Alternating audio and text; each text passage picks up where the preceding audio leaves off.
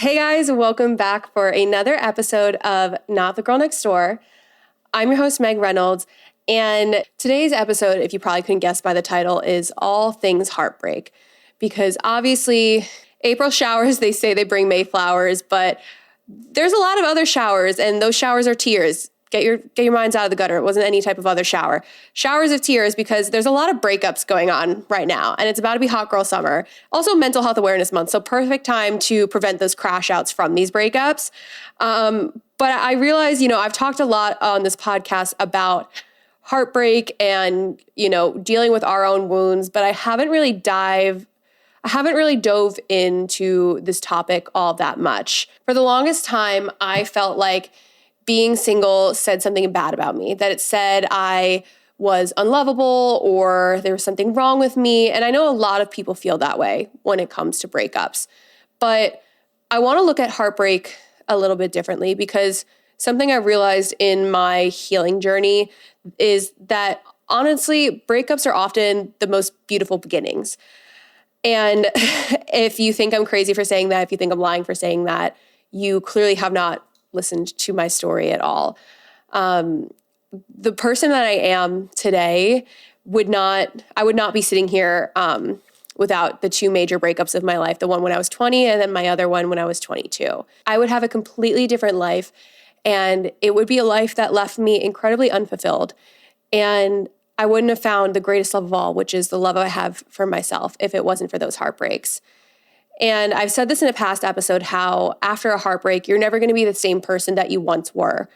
And it takes a lot of time and hard work to make sure that it's for the best. And, we see this too often of people when they get hurt, that they're like, I'm never going to love again. I don't want to open up, and they just shut down. I want to offer a different perspective on that as well, because while I will never wish a heartbreak upon myself or anybody else, and while I will never wish for that kind of pain, because I think heartbreak is truly one of the worst forms of grief we can go through, I will say it's also one of the most, I think, beautiful and transformative parts of the human experience. I gained so much strength through every heartbreak, every lesson, every test of my self-worth. When I released myself from all those negative thoughts about heartbreak and how it affected my confidence, it's when I realized how I can use heartbreak to better myself and learn things about myself and learn things about other people and what I want out of my life. Heartbreak is never easy, but when you can navigate it in a healthy way, I think it can be truly transformative. And, heartbreak, like I said, it's a form of grief. And our 20s are the most grief-filled years of our life. But there's one love story currently unfolding on social media that gives me the greatest hope of all, and that is the love story between Caitlin and Mirko. Now, if you don't know who Caitlin Regan is, her boyfriend Francesco passed away from cancer a couple years ago. He was truly, she thought she was going to marry him and that he was the love of her life. She was so close with his family, still is. And she documented her grief, her healing, her starting to date again. And she always talked about how Francesco said he was going to handpick somebody for her. And of course, everybody on social media the whole time has been rooting for Caitlin and Mirko, for them to get together how they should. And Mirko was Francesco's best friend. So of course, they helped each other heal and go through grief. And I can't even imagine how confusing and all the emotions that came with them forming this relationship. I can't imagine how unnerving that is and confusing that can be.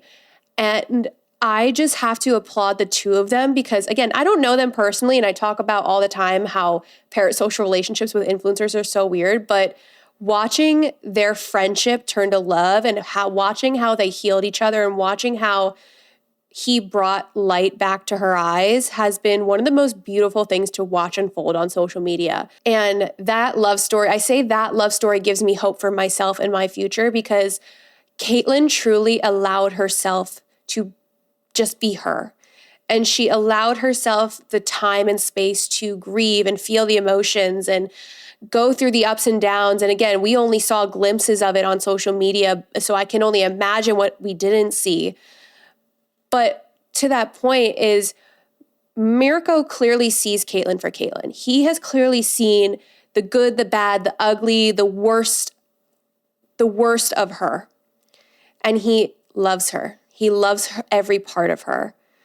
And I think their story is just so beautiful and gives me so much hope, because obviously after a loss like that, it would be so easy to think, she could have easily been like, I'm never going to love again. I'm never going to find anybody like Francesco. Like, the rest of my life is over. It would have been so easy for her to go down that dark path. And I'm sure she did at times, and maybe we didn't see it. But the fact that she, in a healthy way, let her heart heal and let herself open to love again, and for that to be Mirko, someone who is already so ingrained in her life, is just truly, I mean, that's the shit that romance novels are made of. Like, book talk is eating that shit up. I already know.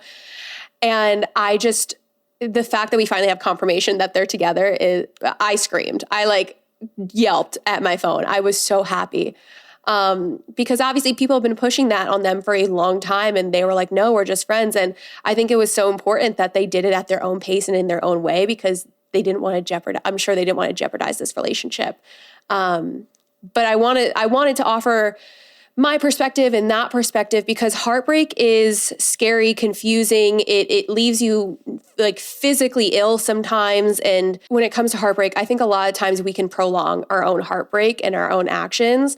And I will touch on that in a minute as well. But in modern dating, we talk about this a lot, like the issues of modern dating, the downfall of people. But I think not only do we cause ourselves unnecessary heartbreak, I think other people inflict unnecessary heartbreak, because I think if people just learned to sit with themselves, their feelings, and explore who they are, I think we can avoid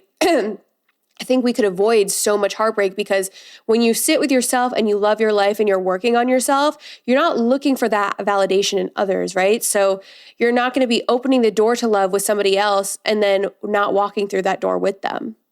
I think that's what happens so much nowadays. Not just saying it's just men, women do this too, but we need that external validation. So we look for it in other people, and then we open the door to love, and we talk about the future. We do all that future promising and breadcrumbing, and then the other person in the situation walks through the door to love, and you just close the door behind them and you don't walk through it with them. And it causes unnecessary heartbreak. And as somebody who is an anxious attacher, I've been the person who the door got closed on, right? Because I have a tendency, and this is where you have to recognize those signs, because I had a tendency to be showing my hand before my heart. What I mean by that is I place so much of my value in whether or not a man found me attractive, or, trying to show them that I was worthy of love and trying to show them why they should want to be with me, instead of letting them love me for who I am and showing them my heart and my core. And it's hard to do that too when you don't know yourself and you don't love yourself. Part of sitting with yourself and part of preventing heartbreak and all these things is figuring out, do I actually like them, or do I just enjoy my own company? And am I idealizing this person? Do I actually like the person in front of me? Because I'll give you guys an example. So I talked about on the podcast, I want to say in September, October, how I was seeing somebody and it was going really well. We ended shortly after that. And it ended fine. He just, same thing. I walked through the door. He wasn't ready to walk through it with me. He wasn't ready for a relationship. We reconnected earlier this year and we went to dinner. And I'm sitting at this dinner and I'm just like, why am I here right now? I genuinely was sitting there going, why am I here? I was like, we have nothing in common. I'm not enjoying this. And I look back and I'm like, okay, was I just idealizing him, or did I actually like him for who he was? And I think we do that a lot in dating. We get excited about somebody and, everything is, you're on your best behavior, they're on their best behavior. You don't actually know them. And then when you revisit it, it's like, I was like, I think I just enjoy my own company because I think I'm a fun person. He's a great guy. I have no issues with him, but it didn't make him my guy. So that's something to ask yourself too when you leave a date and you feel like that was the best first date of my life. Why? Why was it a great first date? Because did you actually like them? What did you learn about them? Or did you just enjoy your own company? Did they actually ask you any questions about yourself? Did you get to know them in any certain way? What did you feel like you connected on? Like, I think we need to, if you're seriously looking for love, like ask yourself, like, what did you actually enjoy about that date? When it comes to heartbreak, also please ignore the fact that I sound so congested right now. I have been so sick all week, and I was like, I need to sit down and record this episode. So I'm like, my brain's a little scattered, but it's fine. We're going to roll with it. When it comes to heartbreak, our brain literally processes it as a loss. It's a literal form of grief. We're going through those 5 stages of grief. And usually a lot of times when it comes to heartbreak and breakups, we're stuck wearing the wound of somebody else's insecurities. We're stuck wearing the wound of somebody else's unhealed trauma. They are bleeding all over our clothes because they haven't healed themselves. And it is so important. And this is why I say sometimes we prolong our own heartbreak, because we're staying with somebody with unhealed wounds, attachment issues, and we're trying to fix them. Hello, people pleasers unite.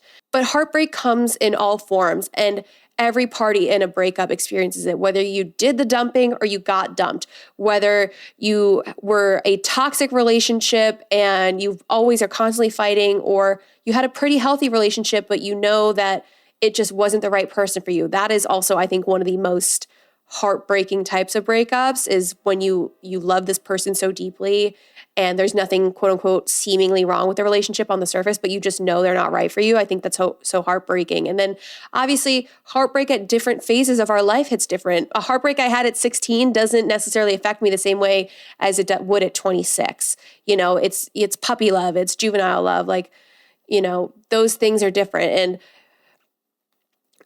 heartbreak affects everybody differently too. You see people that take the time to work on themselves, and then you see others that launch right into a relationship and are serial daters because they can't sit with themselves. Which, by the way, if you're somebody who feels bad because you go through a breakup and then you're single for longer periods of time, and you look around you and this person is constantly breakup, next relationship, breakup, next relationship, breakup, next relationship, that's not healthy either. Okay, that's called serial dating for a reason, because this person, there is something that they're looking for in other people that they probably should be looking for in themselves. And when you're a serial dater like that, you're not actually changing or growing or fixing any things. You're just jumping from relationship to relationship. And honestly, more than likely, you probably have some work to do on yourself. So don't feel bad if you're somebody who is single for longer periods of time. But with heartbreak, our brain is going to be looking to fill the void of that person, right? It is a loss. This is somebody who, whether it was 6 months or 6 years, like, they took up a large chunk of your time in life. So always the big question with heartbreak is how do I heal? How do I move on? And there's a lot of different ways to do this. First, I want to talk about the closure myth, right? You hear this a lot in dating of, I just want closure. I just feel like one more conversation. Like, here's the thing about closure, right? Closure means you want clarity on the situation. But the problem with that is clarity requires accountability from a person. And more than likely, if they did you dirty, they're not going to be prepared to take accountability for their actions. And you're not actually going to get the closure that you need. So with that, when you say you want one last conversation with them, the advice I give to my friends when they're like, I just want to send one more text, or I just want to have one more phone call, or meet them with them in person, I always ask them, like, what is it that you're looking to get from this conversation that you can't give yourself? Like, what answers are you searching for? What is it that you think you need to move on that you can't give to yourself? And a lot of the times the answer is, I don't know. And that's because more than likely they know. I think a lot of times they think they'll change their mind or something, but that's not the case. And so with closure, if you really feel like you just need to send that last text, be my guest. If you want to send that last text, be my guest. If you want to break no contact to call them out, be my guest. But just imagine you sending that long ass text and him screenshotting it and sending it to his guys group chat. That does not feel good. Imagine him doing that. Or especially because he probably won't answer, or he'll give you something like, I don't know what to say.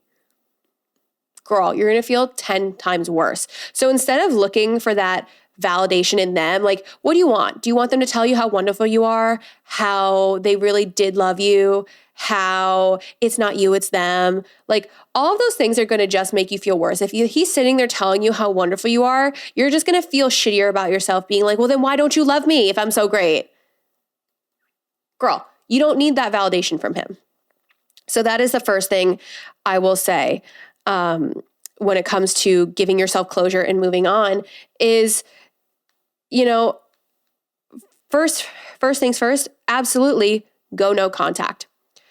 It is not selfish. It is not mean. It is not immature to go no contact, to delete their number, to block them on social media, unadd them, whatever it is. It's not immature, because at this point, you are focused on you. You need to heal. You need to move on. If that's what's going to take, what's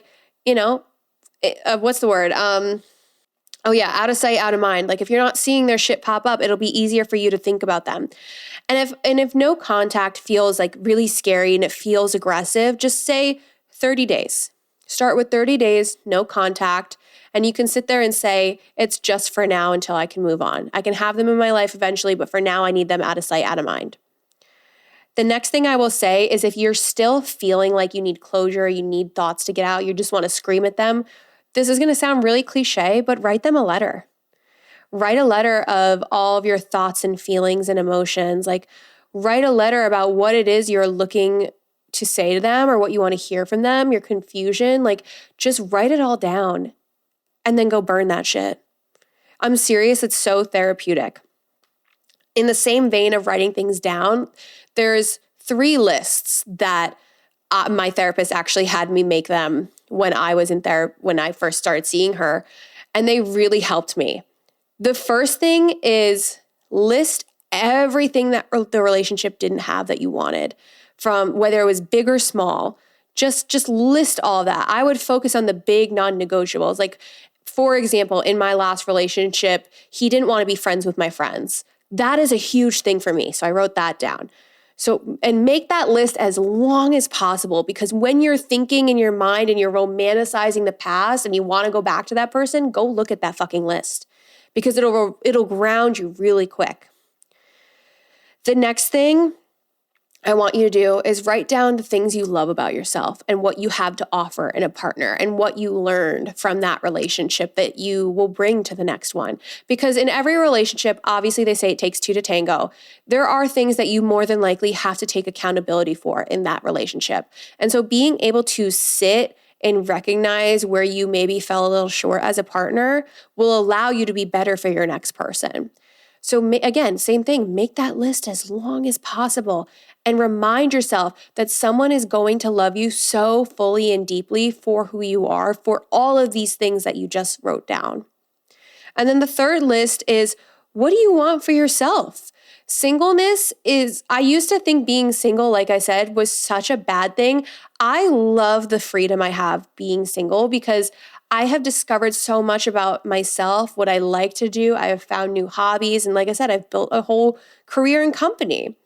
So write down, what are things that you missed doing that you maybe didn't have time for, or parts of your life that you neglected while you were in a relationship, whether it's just spending more time with your friends, going on that trip, getting back into that hobby. Like, write all those things down that you want to do. And then this way you can go start doing them. Write down the parts of yourself that maybe you toned down or gave up in that relationship, and find that sparkle again. I will never forget, in my last relationship, one of the things that woke me up was my best friend of 12 years grabbing me in the middle of fucking Napper Tandy's on Long Island, of all the bars, but grabbing me in the middle of this bar by my shoulders and going, "Where have you gone? You have lost your sparkle." I will never forget, like, for my best friend to say that to me, like, she's like, "Where is Meg?" Like, she was in such disbelief. So write those lists down. And I'm sorry, the worst advice, this is, I don't say absolutes very often, but I think this is like the worst advice to get in a breakup. And it's, the best way to get over somebody is to get under somebody else. I'm sorry, if that's what you feel you need, I'm not saying don't do it. However, I think we've all been there where we've done that. We've slept with somebody before we were ready and we felt 10 times worse the next day, especially because more than likely we didn't get off from it. And it was probably horrible and awkward and like just all the things. I think, it may fill a void temporarily, but at the end of the day, it's just another way for you to avoid your true emotions. And I've made that mistake. We've all made that mistake. We've all been there, but I think that is the worst thing you could do for yourself and your healing is to do that. And then the last thing I think you need to do in a breakup is kind of cliche, but if this relationship is one that is truly impacting you so deeply and profoundly where you're physically nauseous, and I'm not just saying like for a week, like I'm talking it's been 6 months and you feel like you still aren't over them, you're anxious, you're nauseous, you're obsessing over them, you're all these things, go to therapy.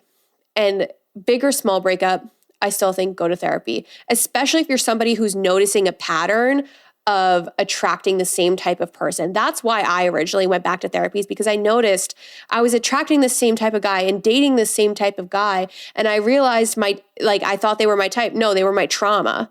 They weren't my type. They were my trauma. I was going for the same type of guy because an unfamiliar heaven was scarier than a familiar hell to me.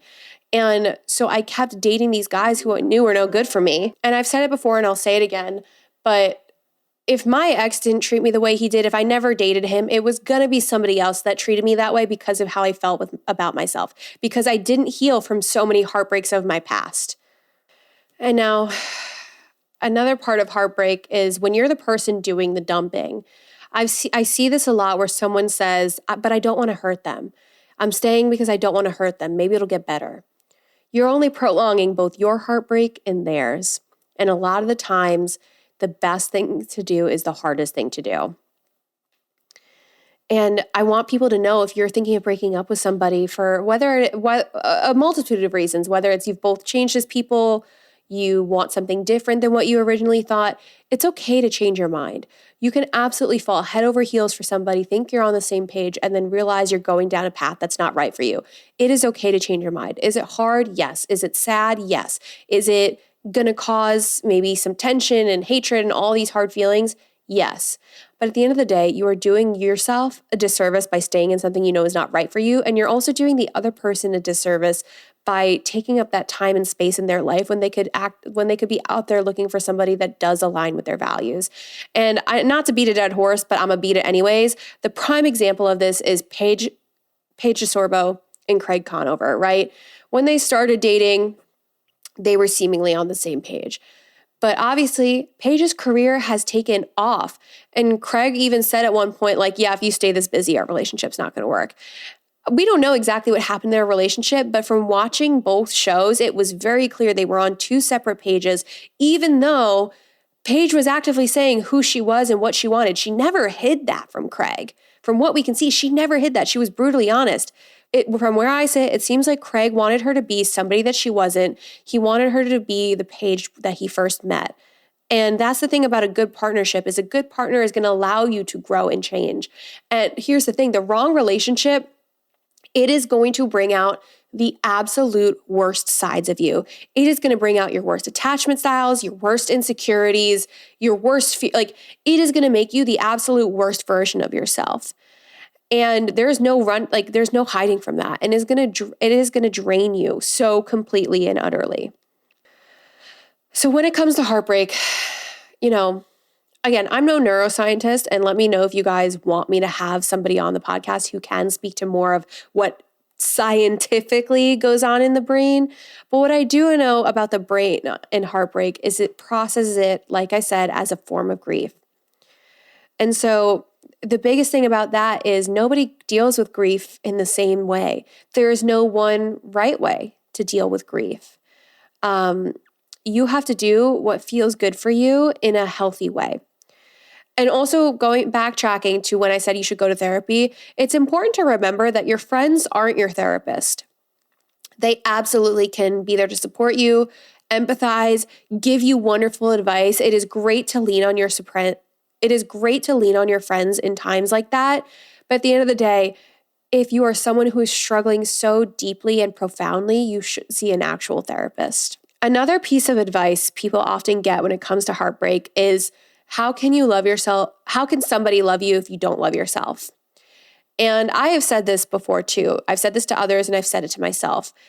And I think people take it too literally and they think like, oh, well, I can't be in a relationship till I'm fully healed. That's not what that means. But what it does mean is, if you don't know yourself, if your only validation and sense of security and sense of identity comes from having a partner, then you don't actually know yourself. I see this mainly in women, where women act as chameleons, right? When women are struggling with anxious attachment mainly, and they don't know themselves, or they feel like they need a man, they tend to become chameleons, and they kind of like take on the hobbies and lives of their partner. Like, I'll give an example. I've seen this before where somebody I know, she didn't like being on a boat, and yet her partner wanted to buy a boat. And so she was all into boating. She hates being on boats. She gets boat sick.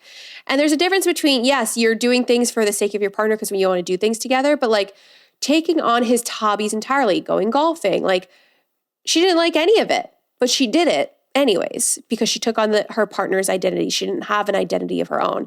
And that's why phrases like, if you don't love yourself, how can somebody else? It's not necessarily a negative thing. It just means, of course, the goal with love is to find somebody who sees you for who you are. So if you don't know who that is, what are you showing this person? You're just then acting as a mirror and making them see what they want to see. And you're not actually going to weed out somebody who isn't right for you. And I'm already planning a whole episode on how to weed out the wrong guys. So stay tuned for that one. But I want to talk about a phrase too that we hear really commonly in toxic relationships. I'm sure every woman, when they hear this phrase, is going to be triggered and get some sort of PTSD flashback. And that phrase is, you deserve better. I can't tell you how many times my ex said to me, you deserve better. I'm not good enough for you. And I stayed. And I should have instead looked him in the eyes and been like, you're right, I do, and walked the fuck away. Because here's the thing about the phrase, you deserve better. Your partner is sitting there actively acknowledging that they are not giving you what you need and are unwilling to give you what you need. By staying in a relationship where the person has this mindset, you are actively allowing yourself to not have your needs met, be neglected, and also probably disrespected as well. Your partner is sitting there acknowledging that they would have to work on themselves to meet you where you're at, and they are unwilling to do so. In the long run, it is just going to get worse.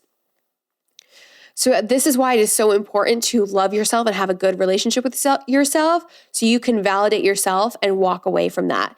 Because here's the thing, when you know what you bring to the table, when you know what you have to offer a partner, you will recognize what a privilege it is for somebody to be loved by you. And that is the most powerful mindset to have when you know what you have to offer a partner.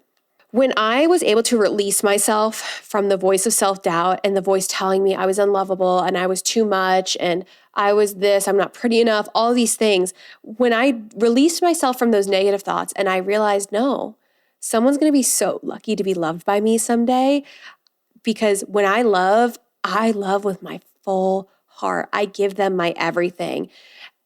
You recognize then that you deserve that behavior in return. You recognize that whoever you are loved by, you're going to be lucky to be loved by them too. And that is something to hold out for, and it is something to remember when it comes to love. The last thing I want to talk about with heartbreak is how we see it all the time that someone's 3-month situationship hurt worse than their 5-year relationship or whatever it is. And it's because a lot of the times in situationships, we're idealizing somebody, right? We don't actually know them. We don't actually see them for who they are.